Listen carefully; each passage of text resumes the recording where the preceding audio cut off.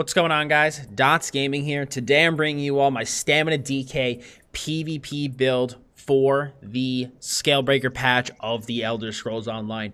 So I would say of all the characters that I actively play on the live server, the two hardest ones to update for Scalebreaker were my Stamina Dragonknight as well as my Stamina Necromancer. I just had a lot of problems kind of figuring out how I wanted to update them for Scalebreaker and how to really bring them into the current metagame, you know, with the high damage, the high dots, and just how, you know, how to bring them in. I tried a bunch of different heavy armor setups. I tried a bunch of different weapon combinations, and nothing was really working until I was like, you know what? Maybe I should just go higher damage myself, just go mobile high damage on this guy. I know I tried that similar type of style on my Necro. It didn't, you know, wasn't really jiving too well, but maybe I'll try it on my DK and it'll work. And it actually worked really, really well. It's a very old school combination of sets, very basic setup. This is not breaking any barriers here. It's a very basic setup, but honestly, it works really, really well. And most importantly, it's a ton of fun. So this is the build I will be running on my stamDK. I know if you watched my website while I was going through the updates, there was about 10,000 of them, but this is what I've settled on and this is what I am doing. And I'm honestly having a great time with it. But this is just what I like, what I'm using, and what works for me. So moving into it, once again, we have Blood Spawn. I'm pretty sure every build video I've made so far has had Blood Spawn in it. It's just an amazing monster set. It's just so good. Ultimate Generation, Resistance, Stamina Recovery. As far as I'm concerned for Stamina Dragonknight, this is the best monster set you could possibly use. I've tried other ones, and I just always miss Bloodspawn. It just Bloodspawn and stamDKs go together like peanut butter and jelly. Just a really, really good monster set. Our main 5-piece for the build is going to just simply be ye old basic, ye old reliable Hunding's Rage. 2 lines of weapon critical, a line of maximum stamina, a line of weapon damage. Now, I know other sets give you higher damage than Hundings. I know that they do.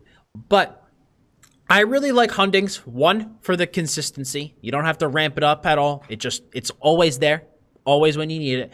And number 2, I don't, unfortunately, have a source of major savagery in this build. That's the only thing I couldn't fit in the build was major savagery. So those lines of weapon critical for me are extremely important to keep my crit at a respectable level. We have 34% crit. So without these, I felt that my crit was a little low. So Hundings was really, really good to help keep my crit at a very respectable place. And then paired with this is basically another basic set. Bone Pirate, 2 lines of max stam, a line of stamina recovery. When you have a drink buff active, your max stam is increased, and so is your stamina recovery. So if you've been following my channel, you know that this is basically my old plague build that I used on my Stamcrow, now on my stamDK. I tried the build on my Stamcrow, and honestly, I couldn't get it to work, but it did end up working really, really well on my stamDK. So here we are using it, and I've been really, really liking and enjoying it. It's a very, very, very fun combination of gear. Hunding's BP, it's just a very basic combo, but it works beautifully. And on our back bar, we have that wonderful Master Bow to give us that huge weapon damage spike, 301 against our target, as well as the boost for my infused weapon damage enchant. This is what helps us really spike the weapon damage in this build. So we get, it's a huge boon to our damage, huge boon. Because we don't have a set that gives us maybe as much weapon damage as, say, like Fury or Ravager, having the access to the Master Bow is going to keep our weapon damage competitive with other builds that run sets like that. Now, in terms of our traits and everything, we are running all impenetrable. I mean, not really. I have 1 piece of well-fitted, which isn't the end of the world, but I would optimally like all impen. I am using a 5-2, so I have a 2 heavy, obviously heavy chest, and then everything else is a medium. And I'm using 3 prismatic enchants and 4 stamina enchants. We're using all weapon damage, all protective. I'm still using protective. I think protective's still pretty decent. It's not the greatest, but it's not the worst. All my BP was just kind of protective, so I was just like, let me try it and see how it works. And it actually was pretty good. It gives me enough resistance so that I don't feel overly squishy inside of medium armor. It does give me that little bit of protection. So I've actually been really liking it, the triple protective. If you don't like protective anymore, feel free to run infused. You could run robust here, but or some combination of the 3. But I've really been enjoying the protective. We are using a 2-handed axe because axe bleeds are super cool, and we are using a poison glyph on the front bar because we want to get that poison status effect procced as much as possible. And like I said, infused weapon damage glyph on the back bar. So for our skills, We are using Dizzying Swing. Dizzying Swing this patch is a beautiful, beautiful thing. It's really, really nice. Big damage, big stun, knockback. It's an incredibly fun skill to use this patch. We have Venomous Claw. Venomous Claw is an incredibly potent dot this patch. And it's so good, man. It's so good. If you can pump this up, I mean, look at this tooltip. 5k instant, 21k over 12 seconds, and it increases over time. Oh, just such a good dot. You want to maintain this on everybody you're fighting. It's really, really powerful. We have our Executioner. Executioner, in my opinion, is much better than Reverse Slices patch. That 50% increase did wonders for the skill. 400% increased damage on targets below 50% health. In my opinion, because they made it that much better now, it is worth over Reverse Slice. We are also using Noxious Breath for our Major Fracture, as well as another dot. So not much else to say about it. It's just a really good skill. We are using Rally. Rally is a key this patch for a lot of classes that don't have the healing. You know, if you look at, say, my Warden build, right? My Warden build has forward momentum in it. It doesn't, you know, he can get away running forward momentum because he has a copious amount of healing, but DK does not have access to the same healing kit that Warden does. That was one of the biggest struggle points I was having playing my Dragonknight, was that I couldn't keep up with the insane amount of dot pressure being placed on me while I was playing, and it wasn't until I started incorporating Rally that it worked. In my opinion, I can't see a situation where I'm using forward momentum on this build. Rally is just too good. It's too needed, in my opinion, at least for me and the way I'm playing. So really, really liking Rally. Still using Take Flight. I know Onslaught's probably better, but I need Leap. I can't play my DK without Leap. I need to dunk. I need to bring the rock to the paint, dude. Need to Take Flight. So we're using Take Flight for ultimate. We have Poison Injection, not only to add another dot, a poison dot, might I add, plays perfectly into the DK theme, but it also will proc our Master Bow on the back bar. So just a very, very good skill all around. Also ticks harder when the target is below 50% health. We have our Fragmented Shield to proc our Minor Brutality from our Earthen Heart passives, as well as give us Major Mending. Very, very important skill. You cannot, in my opinion, run stamDK without Fragmented Shield. I've seen people do it, and I don't know how they get away with it. It's a mandatory skill to run. The Major Mending is key to be able to pump up our Vigor, as well as our Rally, to actually be able to keep us alive. Speaking of Vigor, we are running it. It is our main hot. I'm using Hardened Armor. I know the shield is minor, but to me, I'd rather get that minor shield over a really, really weak dot. I don't know. That's just me. I don't feel that magic dot really contributes a lot to the build. I used to run it in the past, but now with damage being as high as it is, if I can prevent a tiny bit of damage while I'm running away, reapplying my armor buffs, or I'm in combat applying my armor buff, I'd much rather do that than, like I said, get a very nearly irrelevant damage over time on my opponents. We are running Shuffle. We are using the new Shuffle. So Shuffle is going to, each piece of medium armor worn increases this for 1 second. So we're going to be getting 5 seconds of snare immunity. Shuffle was wonderfully buffed this patch.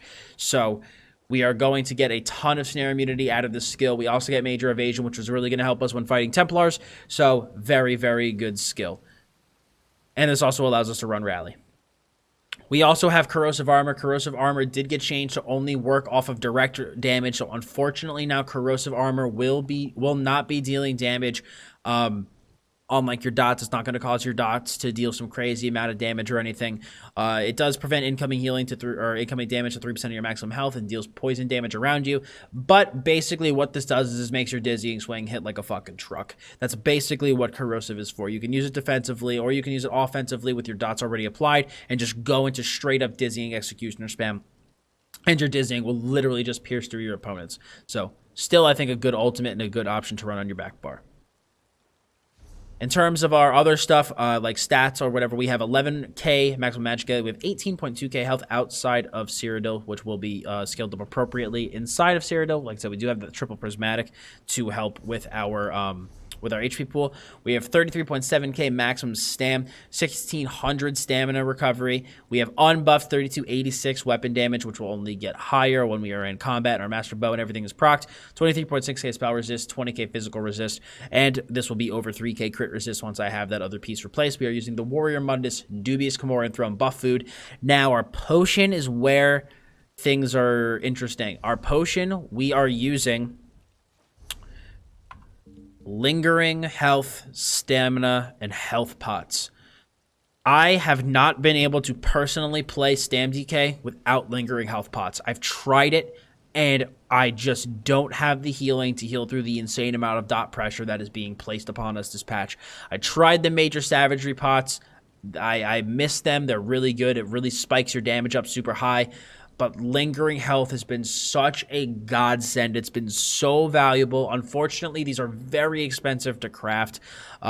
But they're very, very good, and if you can afford them, I would absolutely recommend them. If you cannot, I would just use crit pots, because at the very least, the crit will have a chance for your healing to crit as well, so you can get some bigger heals out of your rally and out of your vigor. But I personally prefer the consistency of the hot that comes from the lingering HP pots that also gets super buffed up while I use my major mending. It's a hot that the build sorely needs. So I highly recommend if you can afford it, using those lingering HP pots. CP wise, 32 points into Blessed, 72 into Master at Arms, 37 into Thom, 37 into Precise Strikes, 43 into Piercing, and 49 into Mighty. Or excuse me, 37 into Piercing, 37 into Precise, 43 Piercing, 49 into Mighty. I think I said that right, and I think I just got confused. 56 into Ironclad, 52 into Resistant, 56 into Thick Skin, 37 into Hardy and Ellie Defender, and 32 into Quick Recovery, 15 into Siphoner, 66 into Warlord, 25 into Sprinter, 75 into Mooncalf, 66 into Tumbling, and 23 into Shadow Ward. Rotation for this build is relatively straightforward. So basically, you want to, at all times, on yourself, maintain Hardened Armor, maintain Shuffle, maintain Rally. You want to maintain these three things at all times. It is a very, very, very important for your damage and survivability.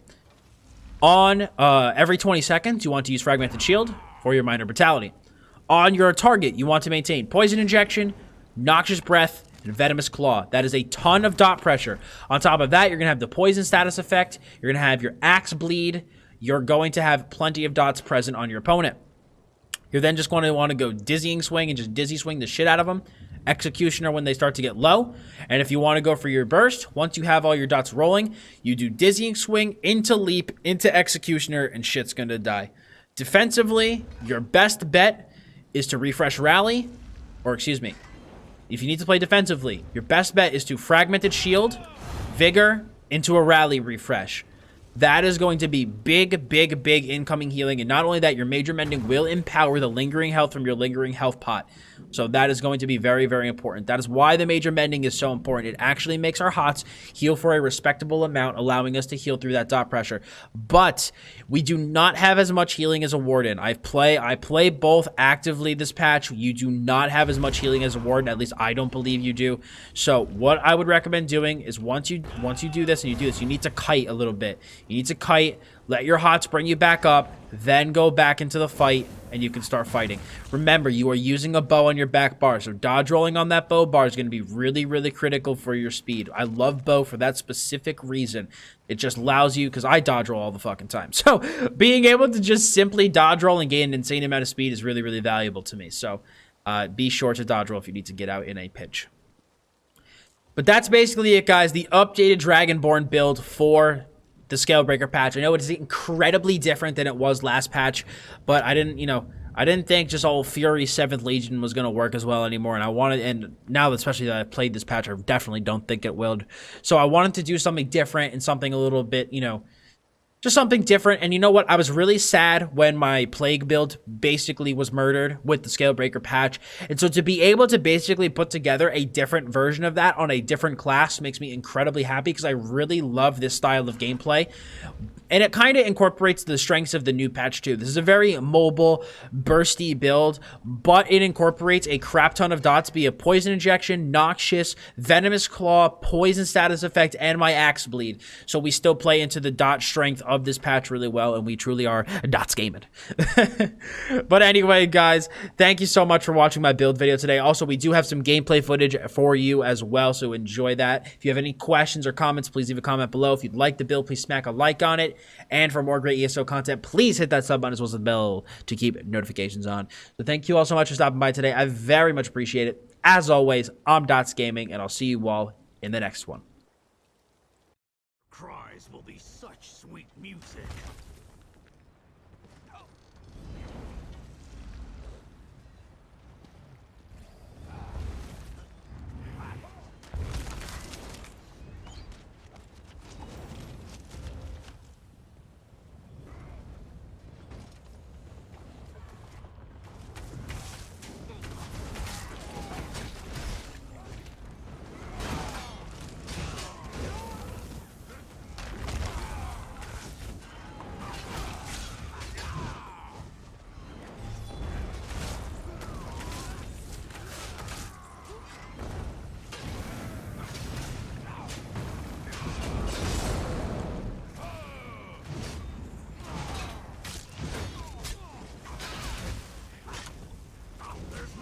To spill.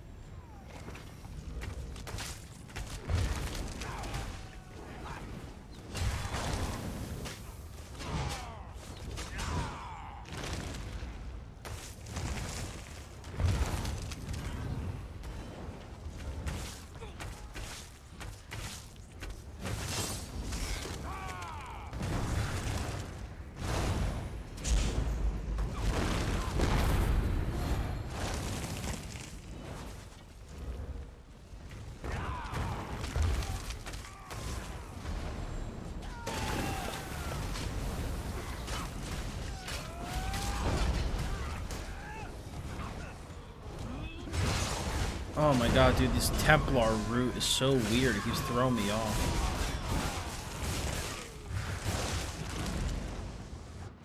Oh, my rally didn't do anything. Rip.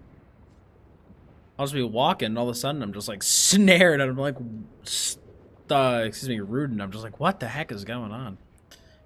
Figures that happened to my corrosive too. Made me look like a silly boy.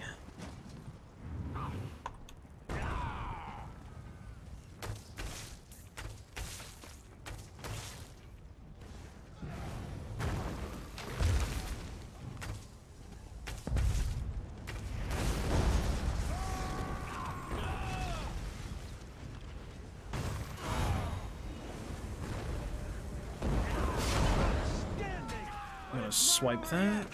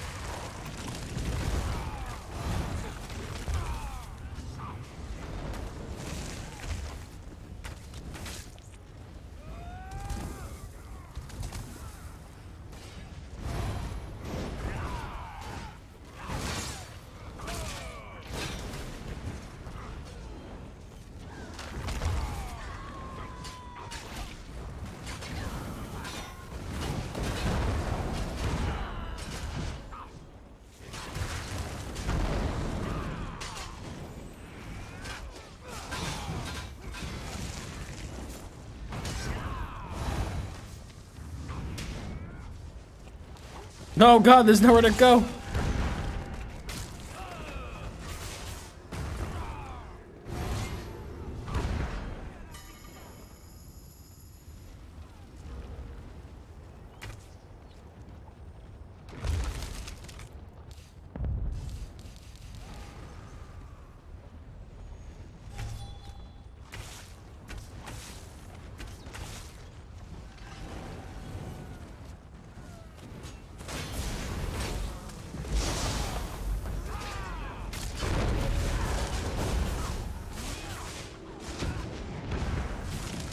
Ooh, that shit heats hard even through my corrosive. Damn.